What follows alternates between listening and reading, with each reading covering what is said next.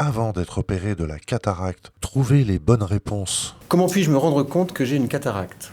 Les signes d'apparition d'une cataracte sont variés. Il peut s'agir d'une baisse de vision, mais il peut s'agir aussi, dans les formes immédiates, précoces, d'une impression de sensibilité au soleil, d'éblouissement, de brouillard.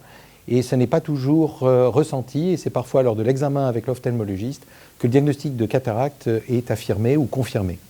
Sur quels critères opère-t-on la cataracte? La décision d'opérer une cataracte s'effectue après l'examen ophtalmologique sur plusieurs éléments. Le premier, c'est le niveau d'acuité visuelle, c'est-à-dire le niveau de vision qui est mesuré par l'ophtalmologiste. Lorsqu'il atteint un certain niveau, par exemple incompatible avec la conduite, il est prudent d'opérer. Mais également, il faut tenir compte de la gêne ressentie par les patients. C'est-à-dire que lorsque une cataracte, même un peu importante, ne gêne pas parce qu'elle favorise la vision de près, par exemple, il n'est pas nécessaire d'opérer, ou en tout cas, il n'y a pas d'urgence à opérer, et on peut tenir compte de la gêne ressentie.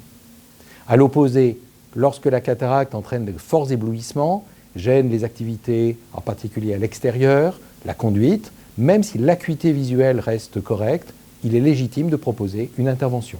J'aimerais ne plus porter de lunettes après ma chirurgie de la cataracte. Est-ce possible? Lorsqu'on opère la cataracte, on va retirer la lentille naturelle, le cristallin, et la remplacer par une lentille artificielle que l'on appelle un implant. À cette occasion, on peut faire des calculs précis pour essayer de corriger les anomalies de vision. Myopie, hypermétropie, astigmatisme et même également la presbytie.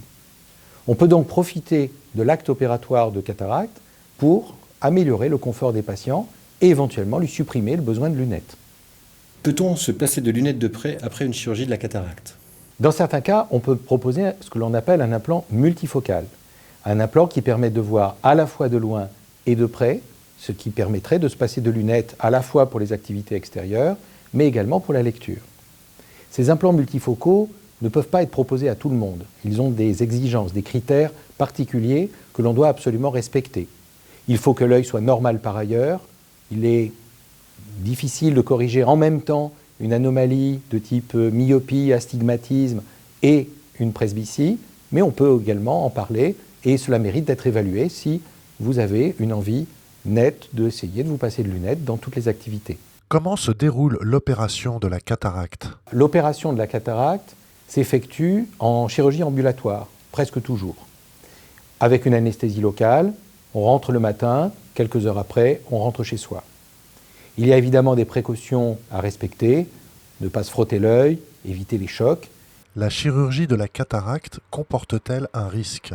C'est une chirurgie qui est très sûre, avec très peu de complications, pour peu bien entendu que l'on respecte les conseils du chirurgien et que l'on prenne certaines précautions, en particulier éviter tout ce qui est traumatique ou exposition à des infections, en particulier dans des situations qui pourraient être dangereuses, surtout si on se frotte les yeux avec des mains qui auraient touché des choses sales. L'intervention de la cataracte est-elle douloureuse? L'intervention se fait avec une anesthésie la plupart du temps topique, c'est-à-dire qu'on n'a pas besoin de faire une piqûre, il suffit d'un gel anesthésiant qui est tout à fait efficace pour supprimer toutes les douleurs. Pendant l'intervention, on va retirer la cataracte par un système d'ultrasons qui va permettre de pulvériser le cristallin devenu opaque et de le remplacer par une lentille propre. C'est la chirurgie aux ultrasons que l'on appelle également phacoémulsification. J'ai entendu dire qu'on opérait la cataracte au laser. Est-ce vrai? La chirurgie de la cataracte se fait avant tout aux ultrasons. Ce sont les ultrasons qui vont pulvériser le cristallin devenu opaque et avant d'être remplacé par une lentille. On peut utiliser une technologie très moderne de laser dit femtoseconde qui prépare l'œil à la chirurgie de la cataracte, qui va permettre de faciliter le geste en le rendant plus sûr, plus précis. Et cette facilitation par le laser est particulièrement intéressante lorsque l'on veut des résultats plus fins en matière de correction optique, en particulier pour corriger des astigmatismes ou corriger la presbytie lorsqu'on utilise des implants multifocaux.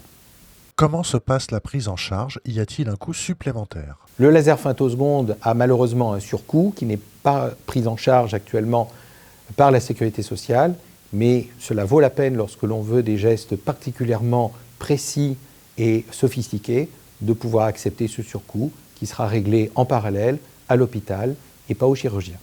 Quels sont les risques de la chirurgie et comment peut-on les prévenir? La chirurgie de la cataracte est une chirurgie qui est devenue très sûre. Il y a très peu de complications, mais il faut toujours se rappeler qu'il n'existe pas de chirurgie sans risque.